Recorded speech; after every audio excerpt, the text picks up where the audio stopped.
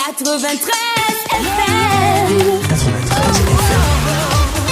Equinox Radio. Bonjour. L'incident récent impliquant le directeur d'une prestigieuse école de journalisme qui s'est permis de stigmatiser publiquement un étudiant en le qualifiant de nul met en lumière une dérive regrettable et appelle à une remise en question profonde des comportements professoraux. La problématique de l'éthique pédagogique et de la dignité académique, la problématique des mœurs universitaires. Sur la forme, devoir de respect et humilité intellectuelle, la hiérarchie académique et administrative confère aux enseignants, aux membres de jury ou aux directeurs de recherche une autorité indéniable. Cependant, cette supériorité de fonction ne saurait servir de licence à l'humiliation et au mépris des étudiants. Le respect de l'étudiant, qu'il soit novice ou doctorant, demeure un impératif moral et déontologique absolu. Il est non seulement inélégant éthiquement, mais profondément contre-productif de faire preuve d'une condescendance mal placée à l'égard des étudiants. Il est regrettable d'observer une tendance chez certains universitaires à se grapper dans une superbe professorale, se considérant parfois comme des figures tutélaires inaccessibles. Leur devoir n'est pas de se vanter devant des apprenants, donc la position est structurellement subordonnée, mais plutôt de chercher la reconnaissance et la validation auprès de leurs pairs, collègues d'autres institutions nationales ou internationales. C'est là où ils doivent sortir les pectoraux.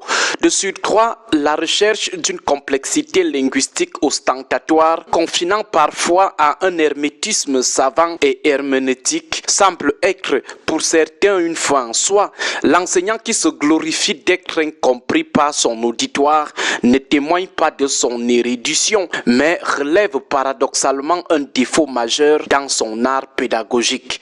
La transmission du savoir étant la mission cardinale de l'enseignant, la fierté tirée de l'obscurité est de facto une preuve de l'inefficacité didactique de celui qui se targuait de son intelligence. Maltraitance, mépris et défaillance de l'encadrement, cette dérive comportementale trouve son paroxysme dans les abus de pouvoir infligés par certains encadreurs de travaux de recherche, mémoires de master, thèses de doctorat.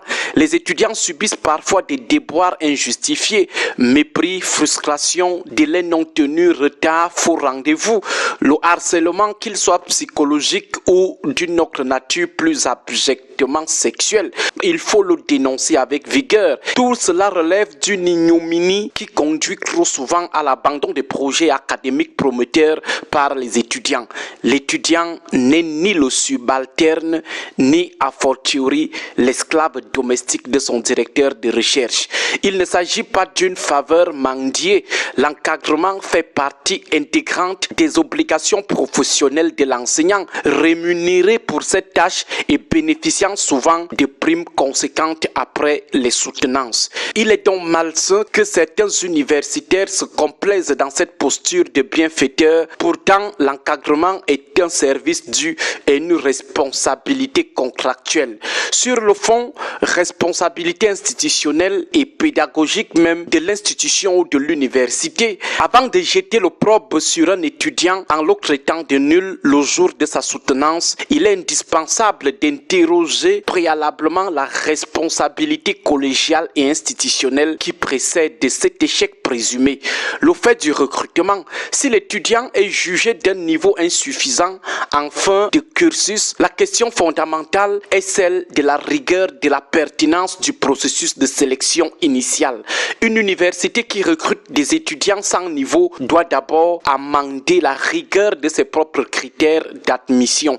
La nullité de l'étudiant, si avérée, est d'abord le reflet d'un mauvais recrutement institutionnel. L'échec de la progression aussi, de même si un étudiant a progressé de niveau en niveau, niveau 1 au niveau 3, licence, master, doctorat, sans que son niveau jugé faible ne soit corrigé, c'est l'ensemble de l'équipe pédagogique qui est interpellée. Maintenir un étudiant dans le cursus tout en sachant pertinemment qu'il est en difficulté est un acte de laxisme pédagogique qui rend les enseignants enseignants incapables d'améliorer le niveau académique de leurs élèves. L'incurie de l'encadreur derrière une mauvaise thèse ou un mauvais mémoire soutenu se trouve invariablement un directeur de recherche irresponsable et défaillant. Le niveau des étudiants est le prisme le plus objectif pour juger de la qualité d'un enseignant. C'est lui qui se vante d'avoir des examens d'une difficulté telle que ses étudiants obtiennent de mauvaises notes, témoigne d'une incapacité de ce dernier à transmettre efficacement son savoir plutôt que de son propre génie. Bref, l'humiliation publique des étudiants est un symptôme d'un mal profond, celui d'une arrogance mal placée et d'une déresponsabilisation face à la mission de l'enseignant. L'université se doit d'être un lieu d'élévation et non de démolition. Bonne journée à vous tous. Que Dieu et les ancêtres protègent notre pays. 93